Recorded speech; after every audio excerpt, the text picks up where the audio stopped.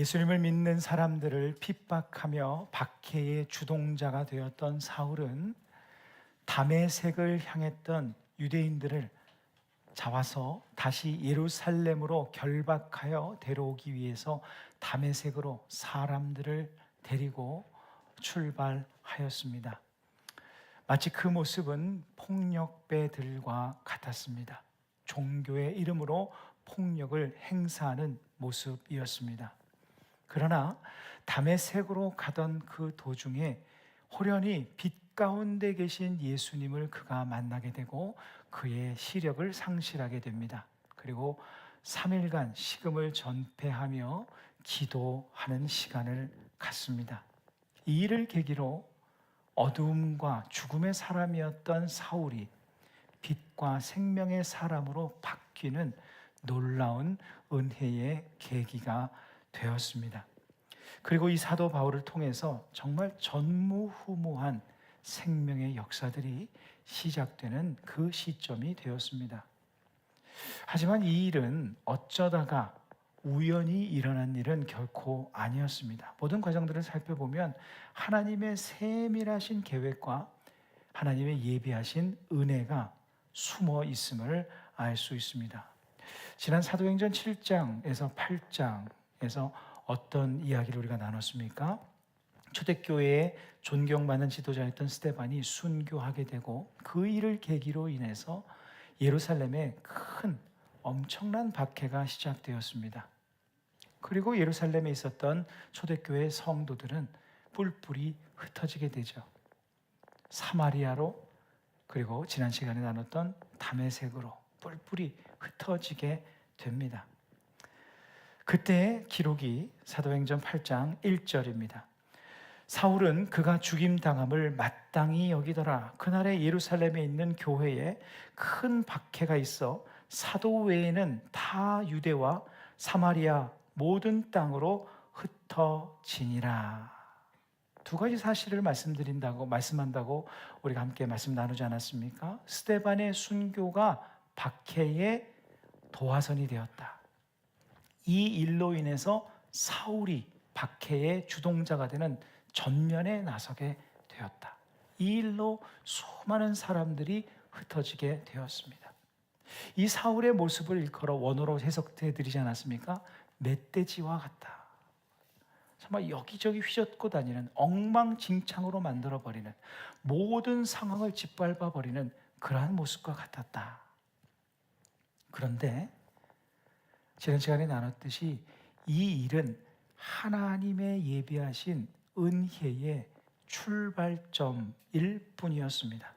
사마리아에서 빌립을 통해 정말 수많은 사람들이 하나님께로 돌아오는 놀라운 구원의 사건들이 일어났습니다. 또한 다메섹을 향했던 어두움의 사람이었던 사울이 예수님을 만나 그 다메섹으로 향했던 그 길에서 예수님을 만나서 예수님의 사람, 빛의 사람으로 바뀌게 되는, 생명의 통로로 바뀌게 되는, 수많은 사람들을 생명으로 인도하는 인생의 대역전극이 일어나게 되었습니다. 하나님께서는 다메섹에서 아나니아라는 제자를 통해서 사울의 눈을 뜨게 하십니다. 오늘 본문은 하나님께서 아나니아를 사울에게 보내셔서 그의 눈을 뜨게 하셨다. 한 문장으로 요약하면 이런 내용입니다. 보십시오. 모든 것이 절망적이고 모든 것이 엉망이고 정리되지 않은 것 같고 어둠인 것 같고 정말 아무것도 어떤 희망도 볼 수 없는 것과 같은 그러한 상황이었지만 모든 것이 하나님의 철저한 컨트롤 하에 있었다는 것을 우리는 알 수 있습니다. Everything is under His control. 하나님의 컨트롤 아래에 모든 일이 다 일어났다는 거예요. 사람의 눈으로 보기엔 절망이고 사람의 눈으로 보기엔 아무것도 보이지 않는 것 같고 엉망진창인 것 같지만 하나님의 눈에는 모든 것이 실서정연하게 하나님의 섭리대로 순리대로 이루어지고 있었음을 알 수 있습니다. 그 중에 하나, 우리를 정말 기가 막히게 하는 정말 귀한 표현이 한 가지 있습니다. 오늘 보면 사도행전 9장 10절 전반절입니다. 그때에 다메섹에 아나니아라 하는 제자가 있더니. 이것이 여러분 왜 정말 귀한 표현인 줄 아십니까? 아나니아는요, 예루살렘에 살던 사람이 아니었습니다. 예루살렘에서 핍박을 피해서 다메섹으로 피난하여 온 사람이 아니었습니다. 이미 오래전부터 아나니아는 이 다메섹에서 그의 가족들이 아니면 그의 부모 세대가 이민하여서 오래전부터 정착하여 살던 사람이었습니다. 그뿐이 아닙니다. 또한 사울이 다메섹에 오기 한참 전부터 예수님을 영접하여 정말 신실한 신앙인으로 이 다메섹에 있는 사람들이라면 이 사람의 명성을 알 만큼 정말 경건한 그러한 삶을 살고 있었습니다. 그 아나니아가 위대한 생명의 통로가 될 사울의 눈을 뜨게 하는데 반드시 필요한 사람이 되었다. 그렇다면 그때의 다메섹에 아나니아라 하는 제자가 있더니, 이게 무슨 의미입니까? 한 단어를 보면 굉장히 중요한 의미가 있습니다. 하나님께서는 사울이 교회를 핍박하는 그 주동자가 될 것을 알고 계셨습니다. 그리고 그를 피해서 수많은 사람들이 뿔뿔이 흩어져 특별히 다메섹으로 수많은 유대인들이 갈 것을 알고 계셨고, 그것을 보고 사울이 격분할 것까지 알고 계셨습니다. 그리고 사람들을 모아서 대제사장에게서 인가를 받아서 허가증을 받아서 사람들을 모아서 정말 폭력배처럼 이 다메섹으로 갈 것을 다 알고 계셨다는 거예요. 이 하나님께서는 아나니아를 한참 전부터 다메섹에 미리 보내셔서 예수님을 믿는 자가 되게 하시고 사울의 눈을 뜨게 할 은혜의 도구로 이미 오래 전부터 아나니아를 준비시키셨다는 뜻입니다. 이 아나니아도 보십시오. 얼마나 자기의 삶을 보면서 한숨 쉬었을 때가 없었겠습니까? 나라를 잃고 이민자가 되어서 내가 여기서 뭐 하는 것인가? 하나님께서는 왜 우리에게 이런 어려움을 허락하시는가? 이해되지 않는 상황, 잘 언더스탠드 할 수 없는 그런 상황 속에 그가 있었을 것입니다. 그러나 하나님께서 그를 오래전부터 준비시키신 하나님의 택한 그릇이었음을 그는 알게 되었을 것입니다. 사울은 어떻습니까? 그의 삶을 보십시오. 하나님의 손길을 완전히 벗어난 사람처럼 살았습니다. 그러나 결국 조금도 하나님의 손을 벗어난 적이 없었던 격이 되어버렸습니다. 그의 삶의 주권자는 자기인 줄 알았는데 결국 그의 삶의 주권자는 하나님이셨어요. 자기 마음대로 자기 인생을 이끄는 자인 줄 알았는데 그의 삶을 이끄는 분은 하나님이셨음이 증명되었습니다. 일전에 제가 제 이야기를 한 적이 한 몇 년 전에 있었는데요. 다시 한 번 더 나누려고 합니다. 저는 유학생활을 하는 동안 제가 뜻하지 않은 것이었는데 세 분야에서 전공을 할 수밖에 없는 상황이 있었습니다. 그 첫 번째 전공은 목회 심리학이었습니다. Pastoral Psychology였어요. 그런데 안타깝게도 제가 유학을 하던 첫 번째 해에 그 담당 교수, 지도 교수님이 안식년이었습니다. 저는 유학을 출발했어야 됐고 어드미션을 받아서 이제 공부를 시작했는데 마침 그 해에 담당 교수님이 없는 거예요. 이게 얼마나 답답했겠습니까? 제가 들어야 될 그 과목을 듣지 못하게 된 것이었습니다. 하지만 풀타임 스테이터스를 유지하려면 한 과목이 비었어요. 그러니까 다른 전공 과목을 듣는다 할지라도 한 과목이 비어서 풀타임 스테이터스를 유지하려면 한 과목을 채워야 미국에 거주할 수 있는 그러한 스테이터스가 되었습니다.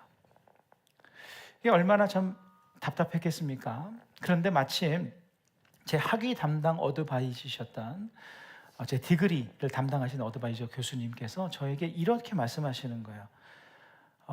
이 과목이 없으니까, 전공 과목이 없으니까 예배학 과목을 들으라는 겁니다. 여러분, 심리학과 예배학이 무슨 관련이 있습니까? 인접 과목도 아닙니다. 전혀 관련이 없는 엉뚱한 과목이에요. 어쩔 수 없이 듣게 되었지만 듣는 내내 영 마음이 불편했습니다. 내가 이 먼 곳까지 유학을 와서 정확히 황금 같은 시간에 비싼 학비까지 내가면서 비전공 과목을 듣고 들어야 하는가? 마음이 얼마나 불편하고 얼마나 힘들었는지 모릅니다. 근데 이후에 한 3년 후가 되었을까요? 인터디서플리너리 스터디에 제가 관심이 생겼어요. 학제간 연구를 위해서 다른 학교로 옮겨서 설교학을 공부하게 되었습니다. 이 공부를 하고 이제 유학 온 지 약 5년 차 되어서 이제 박사학위를 따기 위해서 박사 과정을 지원하게 되었어요. 그런데 당시 저는 한국 신학교 교수가 될 생각이 있었습니다. 그래서 설교학 교수가 되려면 설교학은 예배학의 서브 카테고리이기 때문에 예배학이 있는 학교에서 공부를 해야 된다라는 조건이 있었습니다. 그렇지 않으면 설교학 교수가 되지 못하는 것이죠. 그리고 그 해에 제가 박사 과정을 들어가지 못하면 저는 한국으로 철수할 수밖에 없는, 이 유학 생활에 있어서는 벼랑 끝에 있는 그런 상태였습니다. 이 어드미션 하나가 제 앞길을 좌지우지하는 그런 상태였어요. 그래서 예배학과 설교학을 병행하는 전공이 있는 학교를 지원하게 되었는데, 그 중에 그 병행하는 그 학교가 유일하게 있었는데 저에게 입학 허가를 내주려고 하는데 한 가지 걸리는 게 있다. 당신이 설교학을 했기 때문이다. 그 조건이 무엇이었냐면, 당신이 혹시 석사 과정 중에 예배학 과목을 하나라도 수강했다면 우리가 당신을 받아줄 수 있다라는 조건이 있었습니다. 근데 마침 제게 어떤 일이 있었습니까? 5년 전에 어쩔 수 없이 등 떠밀려서 이해할 수 없었지만 들었던 예배학 과목이 한 가지 있지 않았습니까? 그 한 과목으로 인해서 제가 과정에 입학을 할 수 있게 되었고, 그것이 출발점이 되어서 지금 제가 시카고 여기까지 오게 된 겁니다. 저는 도무지 이해할 수 없었고 아무것도 예측할 수 없는 상황이었지만 하나님께서는 이미 저를 준비시키고 계셨습니다. 저를 예비시키고 계셨던 거예요. 저의 삶을 내다보시고 이미 사전에 저의 삶에 필요한 것을 준비시키셨던 것입니다. 자, 보십시오. 세상의 관점에서는요, 항상 문제가 생기면 그때 대책을 마련하지 않습니까? 그러나 하나님의 관점에서는 항상 문제가 생기면 그때 대책을 마련하시는 것이 아니라 이미 예비된 하나님의 은혜를 완성해 나가십니다. 이게 하나님의 인도하시는 방식이에요.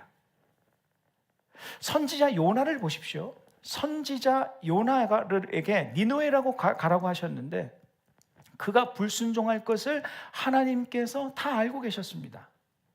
그리고 마침 준비되었던 다시스로 가는 배를 탈 것도 알고 계셨어요. 폭풍이 일어나서 그가 바다에 던져질 것도 다 알고 계셨습니다. 그때 하나님께서 물고기를 만들어내신 것이 아닙니다. 이미 요나에게 말씀하시기 그 한참 전부터 물고기는 자라고 있었어요. 요나를 구해낼 그 물고기는 이미 그 전부터 예비된 은혜였습니다. 그리고 그 예비된 은혜를 완성시키셨던 것뿐이에요. 아담과 하와도 마찬가지입니다. 그들이 연약함으로 인해서 죄를 지을 것을 하나님께서 다 알고 계셨습니다. 그래서 온 인류를 죄와 죽음으로 내몰 것을 이미 알고 계셨던 하나님께서는 이미 세상을 창조하시기 전부터 온 인류를 죄와 사망으로부터 구원할 예수 그리스도에 대한 십자가의 구원 계획을 준비해 놓으셨고 완성해 내셨습니다. 우리의 삶도 마찬가지입니다. 우리가 잘 인지하지 못할 뿐이지 하나님께서는 우리의 삶을 향한 예비하신 은혜들을 준비해 오셨고 이루어 오셨고 앞으로도 이루어 주실 것입니다. 우리는요, 하나님의 은혜의 손길을 벗어날 수가 없습니다. 여기에 더해서 우리는 오늘 본문에서 아나니아의 모습에 좀 주목을 하기를 원합니다. 자, 본문을 보면 대부분 많은 사람들은 사울에만 주목하는 경우가 많습니다. 사울이 그런 사람이었는데 이렇게 변화되어서 참 위대한 사람이 되었다 라고 말을 합니다만, 생각해 보십시오. 객관적으로 볼 때 아나니아가 없었다면 사울이 어떻게 눈을 떴겠습니까? 물론 하나님께서 다른 사람을 이용하실 수도 있었지만 하나님께서 반드시 그의 인생에 필요한 사람으로 아나니아를 예비시켜 놓으셨기에 사울이 눈을 뜰 수 있었던 겁니다. 그렇게 눈을 떠서 이후 사울이 사도 바울의 삶으로 살게 되는 데 있어서 아나니아는 없어서는 안 될 사람이었습니다. 그리고 잘 보면 오늘 본문의 주인공은 사울이 아니라 아나니아이지 않습니까? 그의 주님과의 대화를 보면 우리의 일상의 삶에서 흔히 일어나는 일들을 우리가 보게 됩니다. 환상 중에 주님께서 나타나셔서 아나니아에게 말씀을 하십니다. 유다의 집에 있는 사울에게로 가라 라고 말씀을 하십니다. 그때 아나니아의 답변입니다. 보십시오. 13절과 14절입니다. 본문. 아나니아가 대답하되 주여 이 사람에 대하여 내가 여러 사람에게 듣사온즉 그가 예루살렘에서 주의 성도에게 적지 않은 해를 끼쳤다 하더니 여기서도 주의 이름을 부르는 모든 사람을 결박할 권한을 대제사장들에게서 받았나이다 하거늘. 이게 무슨 말입니까? 한마디로 하면 순종하기 어렵습니다. 하나님 도무지 이해가 안 됩니다. 하나님께서 왜 이런 명령을 내리시는지 알 수 없습니다. 이런 건 아닙니까? 그러면서 주저주저합니다. 근데 그도 그럴 것이 그간 예수님을 믿는 자들을 무섭게 핍박했던 이 사울의 모습을 보면 정말 자연스러운, 어떻게 보면 당연한 반응 아니겠습니까? 또한 혹시라도 사울이 다른 마음을 품거나 사울이 변장을 해서 위장을 해서 잠입하려고 자기를 끌어들여서 그 성도들이 있는 곳으로 자기를 인도하게 만들어서 그들을 핍박하게 하면 정말 큰일 아닙니까? 자신뿐만 아니라 성도들까지 위태롭게 될 수 있는 것은 그 불보듯 뻔한 그러한 결과였습니다. 그런 의미에서 하나님의 인도하심은 참 이해할 수 없는 난처하고 곤란한 것이었습니다. 그런데 의외로 아나니아는 그 다음에 하나님의 말씀에 즉각적으로 순종하게 됩니다. 사실 이 말씀을 보면 더 이해가 안 되는 말씀이 될 수 있습니다만 하나님께서 이렇게 말씀하십니다. 오늘 본문 15절에서 16절입니다. 주께서 이르시되 가라, 이 사람은 내 이름을 이방인과 임금들과 이스라엘 자손들에게 전하기 위하여 택한 나의 그릇이라. 그가 내 이름을 위하여 얼마나 고난을 받아야 할 것을 내가 그에게 보이리라 하시니. 사실 이것은요 더 이해가 안 되는 말씀입니다. 인간적으로 보면 이 말씀은 정말 기가 찬 말씀 아닙니까? 위험 요소도 위험 요소지만 신앙생활을 정말 열심히 하던 이 아나니아의 모습으로 보면 사울의 모습은 정말 엉망진창이었습니다. 예수님을 알지도 못하고 폭력적입니다. 도무지 주님께서 생명의 통로로 이 사람을 사용하시겠다고 기대감을 상실하게 만드는 사람입니다. 그런 자격이 되지 않는 사람처럼 보입니다. 하나님께서 사용하시기는커녕 구원받을 만한 어떤 모습도 전혀 보이지 않았을 것입니다. 그러나 순종하죠. 사실 아나니아는 이렇게 말을 했어야 되는 것 아닙니까? 하나님 말씀 같은 말씀을 하셔야죠. 어떻게 사울 같은 사람을 구원하십니까? 어떻게 사울 같은 사람을 용서하시고 사울 같은 사람을 택하여 위대한 도구로 사용하신단 말입니까? 이렇게 말했어야 자연스러운 반응이었을 것입니다. 그런데 오히려 첫 번째 말씀에서는 아나니아가 주저했지만 두 번째 말씀을 들을 때는 어떤 이런 반구도 반응을 하지 않고 즉각 순종해서 사울을 찾아가 그에게 안수하여 그의 눈을 뜨게 합니다. 어떻게 아나니아는 조금의 반감이나 반항도 없이 그 시각으로 순종해서 사울에게 갈 수 있었던 것일까? 더구나 사울을 찾아갔을 때 그의 말을 들어보십시오. 그냥 가라 했으니까 억지로 떠밀려서 간 것이 아닙니다. 17절 전반절 보면 아나니아가 떠나 그 집에 들어가서 그에게 안수하여 이르되 형제 사울아. 처음 보는 사람에게 형제 사울아. 저도 처음 교회 오는 분들, 특별히 신앙생활을 하지 않으신 분들에게 형제라고 잘 부르지 않습니다. 어색하실까 봐요. 그런데 이 아나니아는 형제 사울아 그의 마음이 진심이었다는 것을 보여줍니다.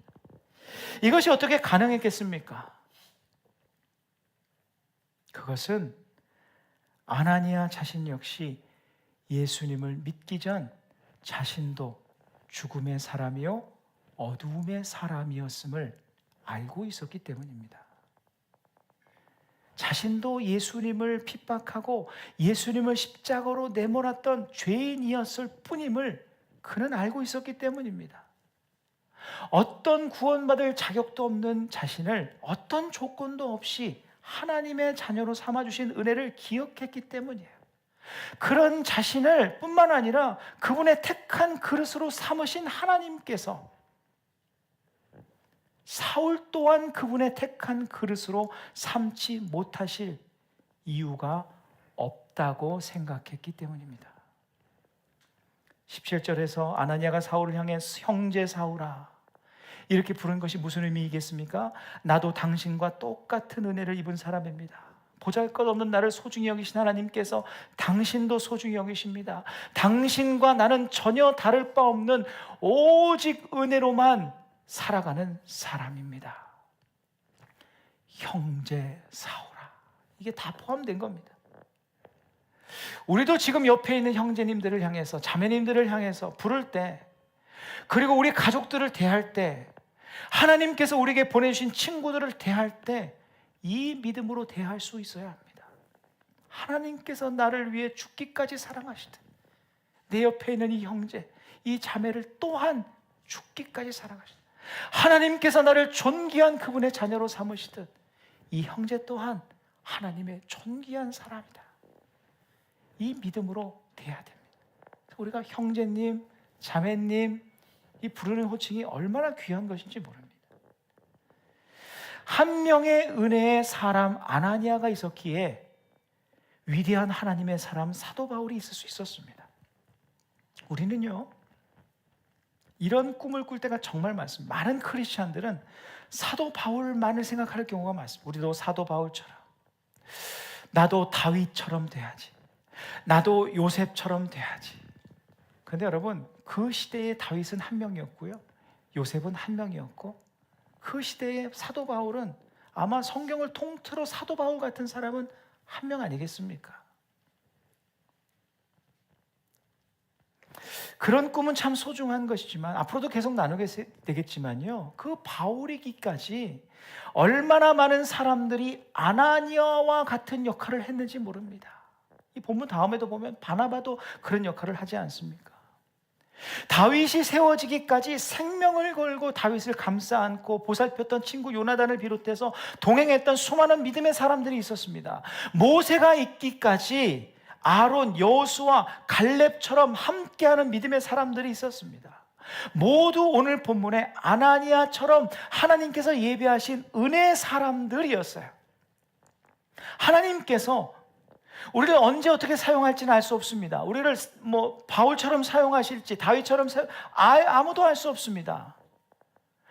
그것만을 바라보면 나는 언제까지 그렇게 사용받을 거야, 그것만을 꿈꾸기 전에 우리는 무엇을 꿈꿔야 되는가? 내가 내 옆에 있는 지체들을 향해 아나니아와 같은 사람이 되어야겠다. 이건 얼마든지 할 수 있지 않습니까? 내게 주신 하나님의 은혜가 그 사람에게도 향하고 있음을 믿고 소중히 대하는 그 아나니아와 같은 사람을 통해서 사울이 바울이 되는 역사가 있는 거예요. 더 많은 아나니아들이 있을수록 더 많은 사도 바울이 세워질 수 있지 않겠습니까? 더 많은 아나니아들이 있을수록 그 가정이, 그 교회가, 그 공동체가, 그 주변이들이 살아나는 역사들이 일어나지 않겠습니까? 지금도 하나님께서는 모든 교회, 모든 성도들을 통해서, 모든 성도들을 향해서 그들을 바라볼 때 제2, 제3의 아나니아들이 세워지기를 간절히 바라고 있지 않으실까요? 사랑하는 성도 여러분, 아나니아와 같은 사람들이 필요합니다. 이를 위해 먼저 기억하십시오. 우리 모두를 향한 하나님의 예비하신 은혜가 우리의 삶에 항상 예비되어 있음을 우리는 믿고 살아야 합니다. 당장은 이해되지 않고 참 곤란한 상황을 맞아도 예비된 하나님의 은혜가 언제나 나를 향하고 있음을 믿는 믿음으로 매일의 삶을 살아가십시오. 어제 겪은 일을 오늘의 기회로 만드시는 분은 하나님이십니다.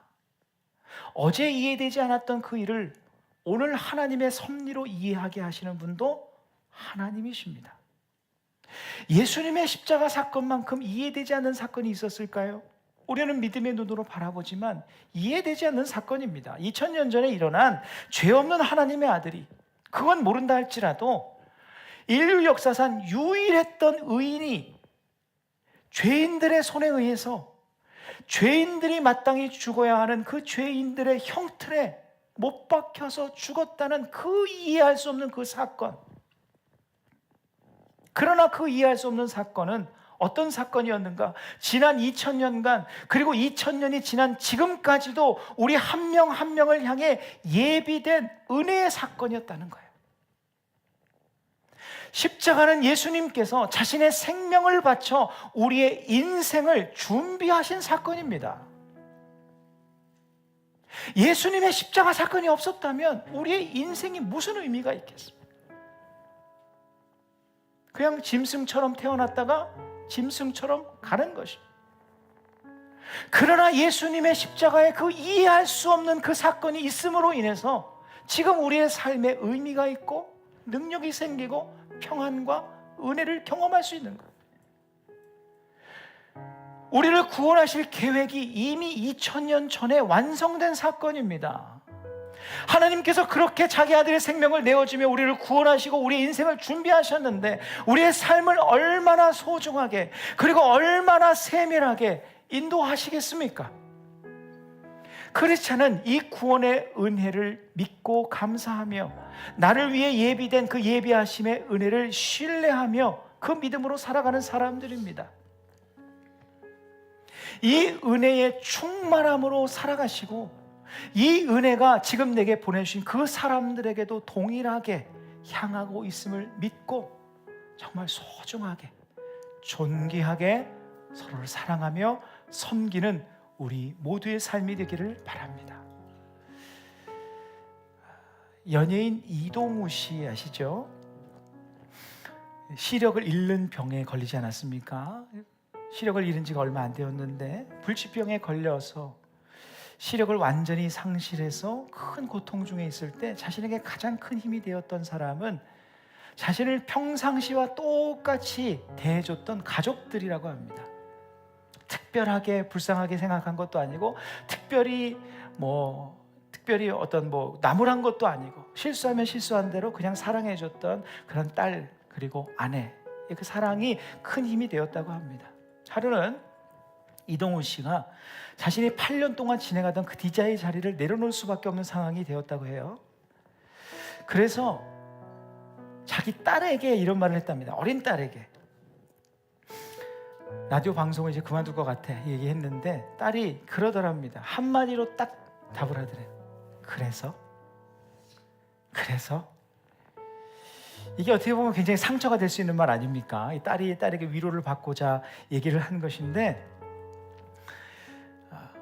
이 이동우 씨는 오히려 아무렇지도 않게 그래서 라고 대답해주는 그 딸의 말이 너무나 고마웠다는 거예요. 그래서 더 위로가 되었다고 합니다. 이 딸의 그래서가 무슨 뜻일까요?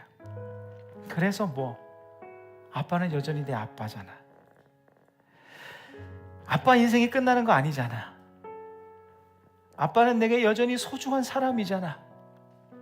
이런 응원의 뜻 아니었겠습니까?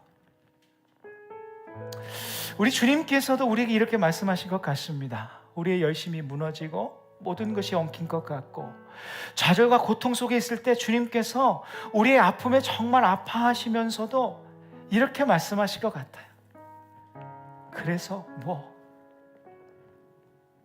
그래도 너는 내 사랑하는 사람이고 너의 삶을 향해 예비된 은혜가 있다. 너는 언제나 내게 여전히 소중한 사람이다. 이렇게 말씀하실 것 같습니다. 나아가 우리가 이런 하나님의 메시지를 전하는 제2, 제3의 아나니아들이 되어야 됩니다. 길을 잃은 사람들, 어려움 속에 있는 이들에게 다가가서 함께 울며 함께 아파해 주십시오. 그들을 부둥켜 안고 함께 울어 주십시오. 여기에 더해서 이런 믿음의 권면이 있었으면 좋겠습니다. 형제님, 자매님, 삶이 무너졌다고요? 앞길이 안 보인다고요? 그래서요. 그래도 하나님은 당신을 사랑하십니다. 당신의 모습이 어떠하든지 간에 당신은 주님께서 생명 바쳐 사랑하시는 주님의 사랑이고, 당신을 향한 예비된 은혜는 늘 준비되어 있습니다. 우리 함께 하나님 바라보십시다. 사랑하는 성도 여러분, 우리의 삶을 향해 예비된 하나님의 은혜를 늘 믿고 믿음으로 살아가시고, 이러한 믿음의 물 흘려보내는, 이런 은혜를 흘려보내는 귀한 은혜 통로들이 될 수 있기를 간절히 소망합니다.